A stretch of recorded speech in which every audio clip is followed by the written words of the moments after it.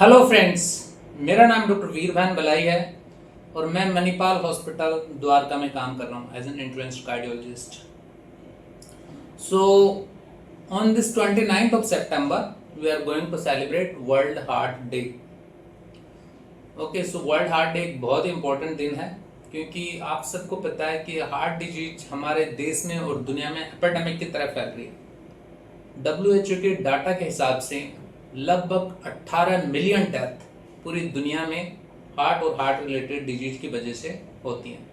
यानी कि लगभग चार में से हर एक इंसान की डेथ हार्ट और हार्ट रिलेटेड डिजीज की वजह से होती है। The unfortunate thing is that most of these death or the heart disease are preventable.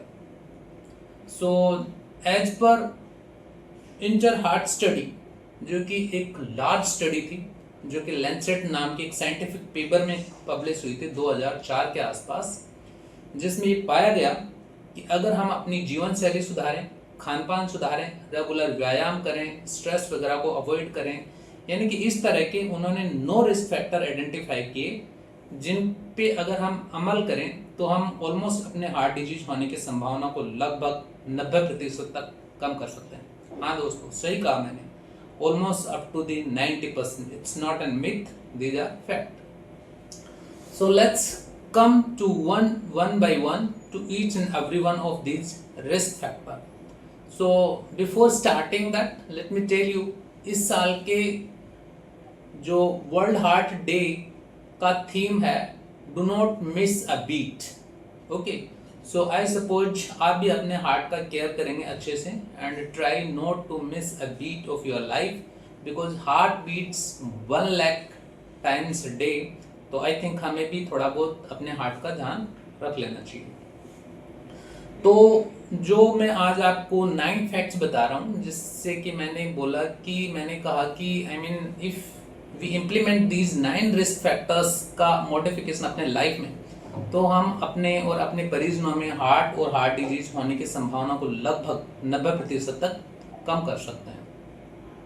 तो उसमें सबसे पहला, और ये फैक्ट ट्रू है, फिर चाहे हम यंग हैं या आई मीन एल्डरली हैं या पुरुष हैं या महिला हैं, वाइट है या ब्लैक है, अफ्रीकन है, अमेरिकन है या इंडियन है, सब में ये रिस्क फैक्टर लागू होते हैं। और इन रिस्क फैक्टरों में जो सबसे इम्पोर्टेंट है वो है कोलेस्ट्रॉल। कोलेस्ट्रॉल का ही आजकल एक नया मार्कर्स नए नाम से कर रहे हैं, ApoB2 ApoE1 रेशियो, जो कि इस स्टडी में भी देखा गया और ऐसा पाया गया है कि जिन लोगों में ये ApoB2 ApoE1 रेशियो बढ़ा हुआ है उनमें ऑलमोस्ट हार्ट अटैक होने की संभावना 4 गुना बढ़ जाती है। तो ये एक बहुत इंपॉर्टेंट रिस्क फैक्टर है एंड आई सपोज हम सबको अपना रेगुलरली एक कोलेस्ट्रॉल प्रोफाइल चेक करवा लेना चाहिए, और अगर एलिवेटेड है तो ऑब्वियसली उसको कंट्रोल में करना चाहिए, फिर चाहे लाइफस्टाइल मॉडिफिकेशन से हो या फिर सपोज रिक्वायर्ड है तो दवाई वगैरह की भी ज़रूरत पड़ सकती है। दूसरा है स्मोकिंग। जी हाँ, स्मोकिंग किल्स, ये तो आपने सुना होगा बहुत। ऑब्वियसली आजकल इवन बीडी के बंडल, सिगरेट्स, इन सब पे भी लिखा हुआ होता है कि smoking is injurious to health, it kills, it causes cancer, but obviously उन सब के बावजूद हम वी कंटिन्यू टू स्मोक। अगर आप नहीं स्मोकिंग करते, उस सेगमेंट में आते हैं तो फिर तो बहुत ही अच्छी बात है, लेकिन फ्रेंड्स अगर आप स्मोकिंग कर रहे हैं तो this is not good thing for you. I suppose sooner और later it's better to quit it. जी हाँ, देखिए एक्चुअली स्मोकिंग के बारे में ये फैक्ट है, that is true reality, hard reality also, कि अगर हम 1 से 5 सिगरेट पर डे भी कंज्यूम कर रहे हैं तो हम अपने हार्ट अटैक होने के चांस को लगभग 40% बढ़ा देते हैं। जी हाँ, 40%। लेकिन सपोज कोई इंसान बोलता है जी नहीं, मैं तो सिर्फ 1 सिगरेट ही पीता हूँ, सिर्फ hardly 1 cigarette per day I consume. Take it from me, my friends, even if you are consuming 1 cigarette per day, then also you increase your risk of having heart attack by 5%. जी हाँ, अगर आप 1 cigarette भी P रहे हैं पर दिन तो भी अपने हार्ट अटैक की संभावना को लगभग 5% बढ़ा देते हैं। Let's come to the third risk factor, that is hypertension. देखिए, ब्लड प्रेशर के बारे में एक बड़ा हार्ड फैक्ट है जो मैं आप सबको बता दूं ब्लड प्रेशर के बारे में ऐसा बोलते हैं कि मान लो जैसे 100 लोगों को ब्लड प्रेशर है तो 50 को तो इनफैक्ट अपने बीपी के स्टेटस के बारे में पता ही नहीं होता। ओके, और जिन 50 को पता भी है उनमें से ऑलमोस्ट हाफ यानी कि 25 लोग ही दवाई लेंगे, बाकी 25% दवाई लेंगे भी नहीं। और बाकी जो दवाई ले रहे हैं उनमें से भी मतलब आधे ही लोगों का ब्लड प्रेशर कंट्रोल रहता है, बाकी लोगों का ब्लड प्रेशर कंट्रोल भी नहीं रहता। मतलब वो दवाई खा रहे होंगे बट ऑब्वियसली या तो डोज इनएडिक्वेट है, व्हाटएवर जो भी उनका लाइफस्टाइल मॉडिफिकेशन वगैरह में दे आर लैगिंग बिहाइंड कि उनका मतलब बीपी कंट्रोल नहीं रहेगा। सो ऑब्वियसली आप दवाई भी खा रहे हैं लेकिन प्रेशर वगैरह को अंडर कंट्रोल में भी नहीं रखा हुआ, तो ऑब्वियसली आपको उतना फायदा नहीं हो पाएगा जितना मिलना चाहिए। फोर्थ आता है डायबिटीज। हाँ जी, शुगर। डायबिटीज हमारे देश को शुगर की कैपिटल माना गया है sir. So obviously I mean अगर आपको शुगर नहीं है तो अच्छी बात है तो इसको हमें कंट्रोल रखने की कोशिश करनी चाहिए। जैसे सपोज हमारा fasting blood sugar ideally 70 to 100 के अराउंड होना चाहिए। कुछ एक रिकमेंडेशन है, चलो हम 110 के अराउंड तक भी मान लें, तो सपोज हमारा ब्लड शुगर 110 से 125 के बीच में भी आ गया तो इसका मतलब ये है कि इम्पेयर्ड फास्टिंग ब्लड ग्लूकोज हो गया। एंड इसका मतलब ये है कि it's high time we must start lifestyle modification, जैसे कि डेली एक्सरसाइज, स्वीटनर्स वगैरह को लेना बंद करना होगा। ओके, फिर coming to the fifth risk factor that is abdominal obesity.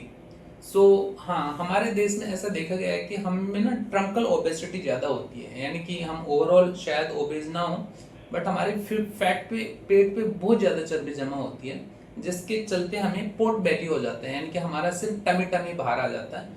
But ऐसा पाया गया है कि वो ना हार्ट डिजीज होने के लिए इनफेक्ट ज़्यादा डेंजरस है कंपेयर टू पूरा बॉडी ही प्रॉब्ली शायद मोटापा हो। और एब्डोमिनल ओबेसिटी को देखो नापने का ना बड़ा आसान तरीका है कि आप अपनी एब्डोमिनल गर्थ मेजर कर लीजिए अम्बिलिकस के लेवल पे। अगर आप पुरुष हैं और आपकी एब्डोमिनल गर्थ 90 सेंटीमीटर से ज़्यादा इंडिया में, तो आप मान लीजिए कि आप मोटापे के ऑलरेडी शिकार हैं, एटलीस्ट एब्डोमिनल ओबेसिटी तो आपको ऑलरेडी है।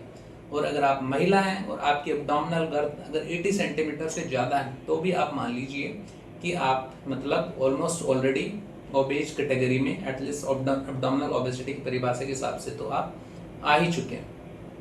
उसके बाद आता है हमारा छठा risk factor that is psychosocial stress. जी हाँ, nowadays everyone of us is under tremendous stress. फिर चाहे वो जॉब रिलेटेड स्ट्रेस हो, पर्सनल लाइफ में हो, फैमिली कॉन्फ्लिक्ट हो, मैरिटल आई मीन सेपरेशन हो, फैमिली कॉन्फ्लिक्ट हो, फाइनेंशियल स्ट्रेस हो, सो किसी भी फॉर्म का स्ट्रेस हो, देखिए हमें स्ट्रेस का पूरा ध्यान रखना चाहिए। फिर चाहे वो योगा से हो, मेडिटेशन से हो, या आप जो भी हॉबी मतलब जो आपका है उसमें अपने आप को इन्वॉल्व रखें, अपने आप को बिजी रखें। You can speak to the family, friends. So because stress nowadays is sort of biggest killer. It has been considered even worse than smoking. Then comes the lack of consumption of fruits and vegetables. जी हाँ, ऐसा देखा गया है कि जो लोग regularly fruits और vegetables नहीं लेते अपने डाइट में, उनको हार्ट और हार्ट अटैक होने की संभावना भी बढ़ जाती है। So obviously I mean eat good अपने डाइट में, जैसे regular fruits, vegetables, legume, whole grains, इन सबको इनटेक बढ़ाएं। और जैसे कि ट्रांस फैट है या फिर जंक फूड है, fast process, refined, fried, pre packaged meal, beverage, I think इन सबको हमें अवॉइड करना चाहिए। And then comes the 8th risk factor that is sedentary lifestyle. So आजकल ऐसा देखा गया है कि सब अपनी गाड़ी में बैठ के ऑफिस जाएंगे, ऑफिस से लिफ्ट में अपने दफ्तर में जाएंगे, वहाँ पे AC चैम्बर में रहेंगे। So obviously exercise and physical activity lag behind कर रहा है। So I suppose everyone must exercise at least 30 to 45 minutes per day, at least 150 minutes in a week. So obviously ये physical activity किसी भी form में हो सकती है। Mostly we recommend moderate aerobic physical activity, जिसमें कि जैसे brisk walking है, swimming, climbing, cycling, whichever you are comfortable with. आप कुछ भी करें बट कुछ form of physical activity I suppose आपको करना चाहिए। And last but not least, जो कि लोगों में ये बड़ा मिथ है कि अल्कोहल तो हमें हार्ट डिजीज से बचा लेगा और alcohol intake it doesn't harm. So take it from me, my friends, excess alcohol does harm you and it increases, चाहे तो कार्डियोमायोपैथी जिसमें कि हार्ट मसल्स वीक हो जाती हैं, उसके चलते हार्ट फेलियर वगैरह हो जाता है, उसकी इंसिडेंस हो, या इवन हार्ट अटैक वगैरह हो. So I think excess alcohol intake is also going to harm you. So वहाँ पे भी इधर यू रेस्ट्रिक्ट योरसेल्फ या फिर ऑल टुगेदर आप इसको अवॉइड करें तो बहुत ही अच्छा होएगा. सो आई थिंक ये आज के कुछ टिप्स एंड ट्रिक्स थे friends from my side. So I hope this will be helpful to you and your friends and the family members in the life. So if you like to listen more such tips and tricks from me, then do like, share and subscribe to me. So I hope, thank you so much, stay healthy and